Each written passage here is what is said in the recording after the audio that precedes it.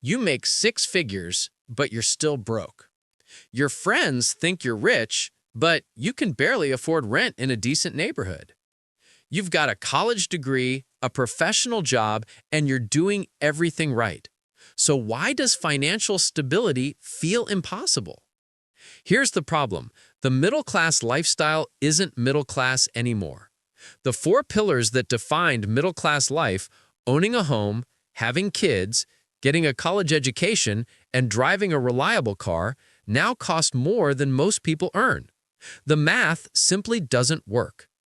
Let me show you exactly how these four expenses have turned the American dream into a financial trap. Let's talk about the housing math that doesn't add up.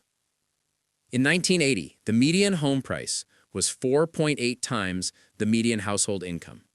Today, it's over 7.3 times median income. That's not a housing crisis. That's a complete breakdown of affordability. Let's look at Orlando, Florida, which represents a typical American market. The median home price there is $425,000. To afford that house, using the traditional 20% down payment, you'd need $85,000 up front. But here's where it gets worse. Banks typically require your monthly housing payment to be no more than 28% of your gross income. With current mortgage rates around 7%, that $425,000 house would cost about $2,800 per month, including taxes and insurance. To qualify for that mortgage, you'd need to earn roughly $120,000 per year. But the median household income in Orlando is only $65,000.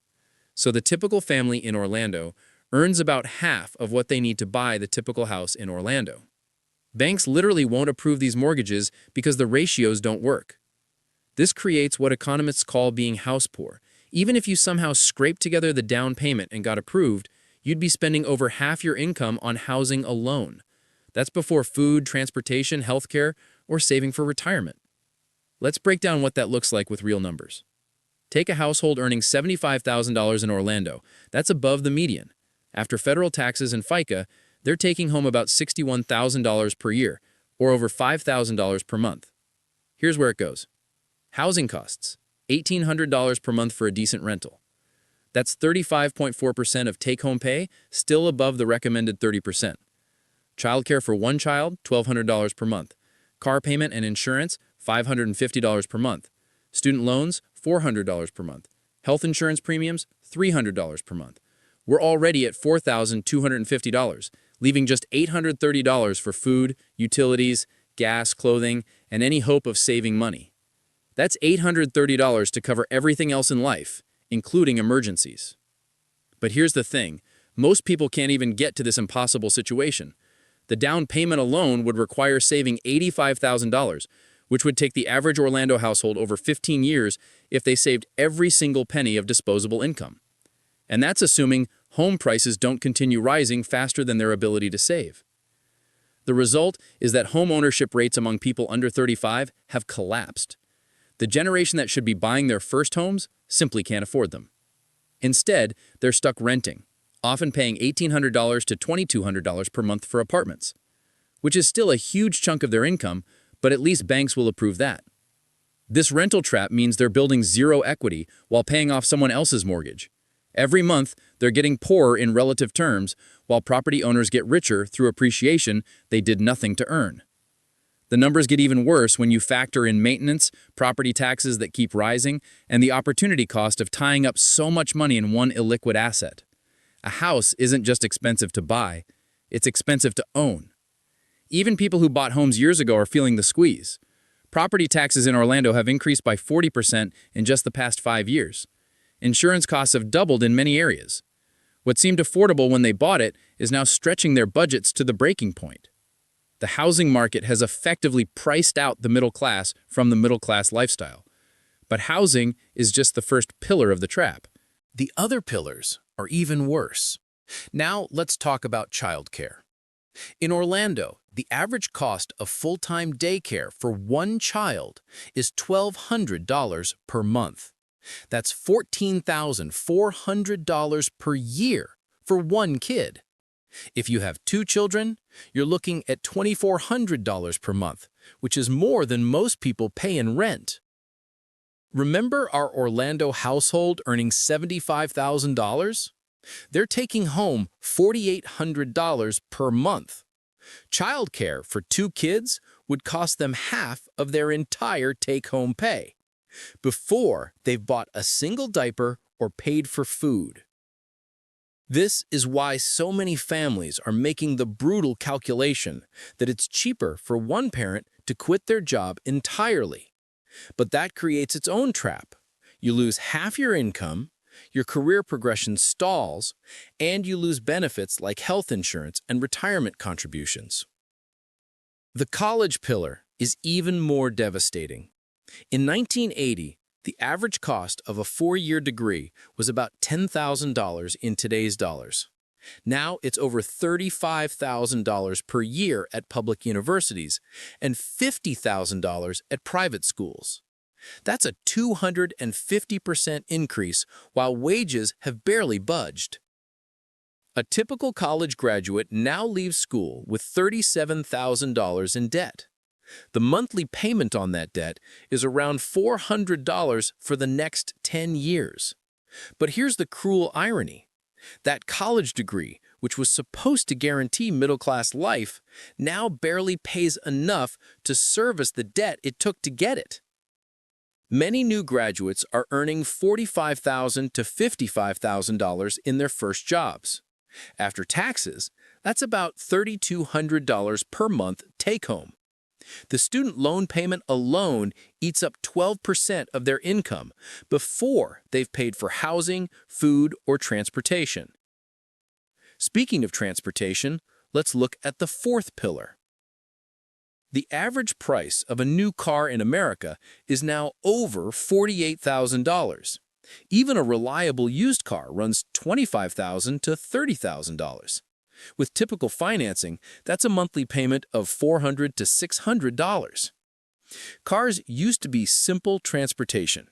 Now, they're major financial commitments that depreciate rapidly while you're still paying for them. The average American now has a car payment that lasts 4, 5, 6, or 7 years, and many people trade in for a new car before they've even paid off the old one. Let's put this all together with a real middle-class budget for that $75,000 Orlando household. They take home $4,800 per month. Here's where it goes. Housing costs, $1,800 per month for a decent rental. That's 37% of take-home pay, already above the recommended 30%. Childcare for one child, $1,200 per month. Car payment and insurance, $550 per month. Student loans, $400 per month. Health insurance premiums, $300 per month. We're already at $4,250, leaving just $550 for food, utilities, gas, clothing, and any hope of saving money. That's $550 to cover everything else in life, including emergencies. This family can't afford to buy a house because they can't save for a down payment. They can't afford a second child because childcare would bankrupt them. They can't take vacations, can't save for retirement, and certainly can't build any real wealth. And this is a household earning $75,000, more than the median income in most American cities. This impossible math explains a phenomenon psychologists call doom spending.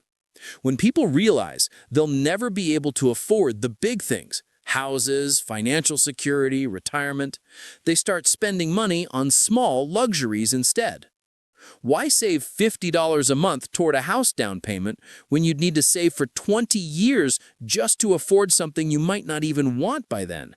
Now let's discuss the asset-rich alternative. Here's the key insight. The middle-class lifestyle has become a luxury purchase, but building actual wealth has become more accessible than ever.